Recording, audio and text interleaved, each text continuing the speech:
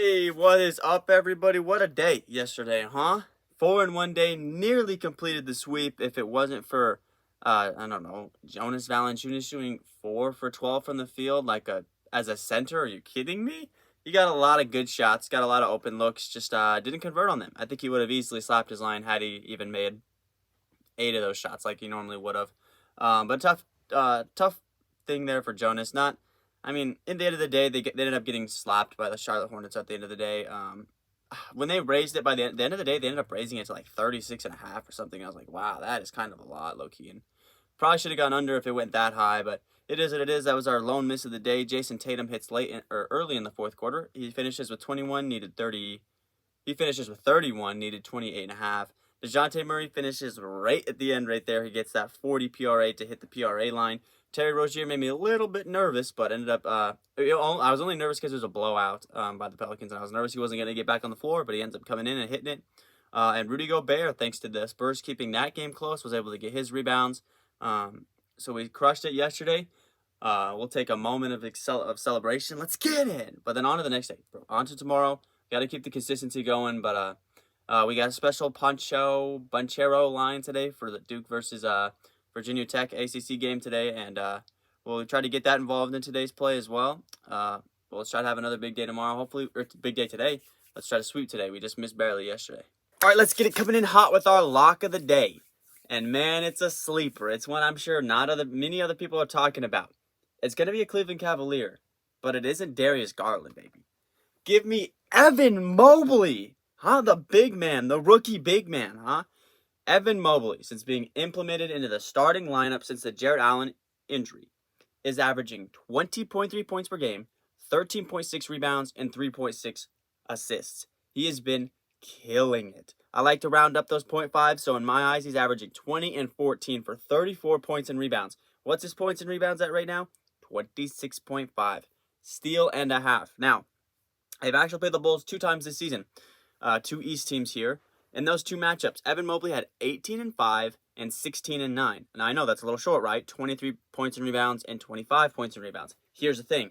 In both those games, Jarrett Allen had double-digit rebounds both games. Guess who's playing center? Evan Mobley. He'll have double-digit rebounds, and he's been putting well over 20 points per game since he's been implemented in the starting lineup. I have all the faith in the world, so he's our lock of the day, and Evan Mobley over on his points and rebounds. He's going to get all the boards. Darius Garland's going to find him for the easy buckets. He's going to crush his points and rebounds line today against the Chicago Bulls in a close game that I anticipate this to be. Over 26.5 points and rebounds for Evan Mobley for our lock of the day today.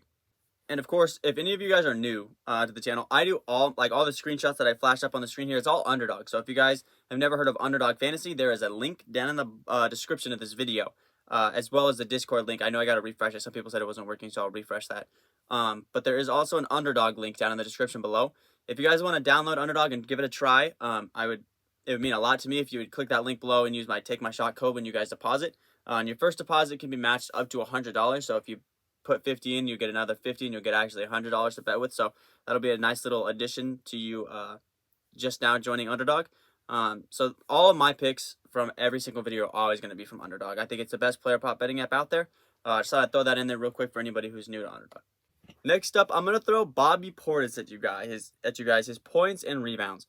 Now, if a straight up rebounds line comes out today, take it, because it's going to be like 9.5, 8.5, something like that. Straight up rebounds, take it versus the Warriors.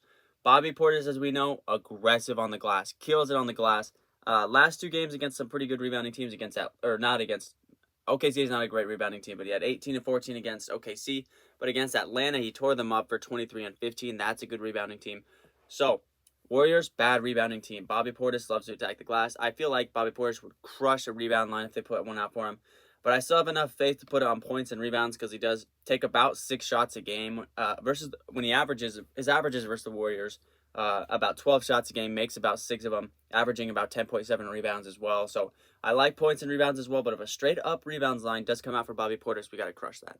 All right, next up, give me Tyrese Haliburton. Malcolm Brogdon is out for the next 2 games, I believe, with a concussion. So obviously, that means Tyrese Haliburton's assist is probably looking pretty juicy. They put his assist line at 9.5 for Reese.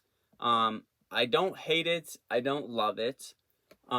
they got a points and assists line at a 28.5. So in a perfect world, he could get like 20 and 9. That I feel like is very attainable for Reese, or maybe even like an 18 and 11. I don't feel or that's not even a bad look for him. Last game he had 25 and 9, so we're kind of looking for something like that again from him. Obviously without Brogdon, so that helps a lot. Also taking on the Spurs. The Spurs coming off a back-to-back last night. Emotional win. Obviously, it was Greg Popovich's all-time win record game for the Spurs. I was kind of looking at the past history versus the Spurs and good playmakers and scorers at the point guard position.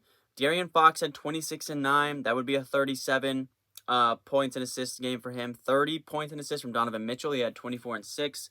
LaMelo Ball had 31. He had 24 and 7. All those guys are kind of similar play styles to Brogdon. Obviously, Mitchell and Fox are probably, or excuse me, not Brogdon, Haliburton. Mitchell and Fox are probably better scorers than Tyrese Haliburton is, but still equal playmakers, I think, and even Reese is probably better playmakers than those two guys. But all those elite passing and scoring guards are able to do that versus the Spurs defense on the perimeter. So I anticipate the same thing to kind of happen for Tyrese Haliburton tonight. My favorite line is going to be his points and assists set at 28.5, so we're going to lock it in for Tyrese Haliburton over 28.5 points and assists versus the Spurs. Man, and another guy that's really kind of thriving with the Allen injury, it is Garland. I mean, he's averaging, since the Allen injury, 10 assists, 13 assists, 10 assists. He's getting into that 10 assist range just about every night. They've got his points set at 23.5. He's hit that 2 of the last 3. The Bulls are a team that struggles to guard the perimeter, as we all know. We like to take guards against the Bulls. Chicago versus Cleveland should be a close one between these two teams. I would wait to see if we get a points and assist line. If we get a points and assist line, I'm assuming it's going to be like 34.5, 33.5, something like that. If we don't by the end of the day, I think points is going to be the good way to go. Garland has been scoring the ball fantastic of late. He'll probably do the same thing tonight versus the Bulls, but his assist wouldn't be the bad move either. But if I had to choose one right now, if I had to make a slip right now, I'd probably go just as 23.5 points, so we'll throw that up there for now. But again, just like Bobby Portis, if we get those rebounds by the end of the day, if we get points and assists by the end of the day for Garland, let's go with that one. Next up, I know I bet on him a lot, man, but I just like consistency, and De'Aaron Fox has just been absolutely killing it. He's been so consistent. He's been smacking his line every single night. De'Aaron Fox is set at 24.5 tonight versus the Jazz. Jazz have not really been playing well of late. They really have been kind of struggling, if I'm being honest. Tonight they play a Kings team that is thriving at the moment, honestly, with this new addition of Domantas Sabonis and letting Fox kind of take the reins as far as running the show down there in Sacramento. 24.5 points for De'Aaron Fox. I feel like it's a pretty attainable mark for him. And honestly, the Jazz's perimeter defense has just not been good. 33 from Shea, 35 from Luka, 27 just last night from DeJounte Murray, who's not even the greatest scorer in the world. So, I like this line for De'Aaron Fox set at 24.5. As long as this game stays close, which I anticipated to be, with Domantas Sabonis banging down low, with Rudy Gobert as well as Fox and Mitchell going out on the perimeter, I feel like this game will stay close, and I like the chances for Fox to go over 24.5 points tonight versus the Jazz. One more line I'm going to throw at you guys. It's an under. Josh Hart, man. Since becoming the primary guy for this team now that Anthony Simons is out, this Portland Trail Blazers team is bad. It is really bad. Josh Hart, since being that number one guy, 5 points, 6 points.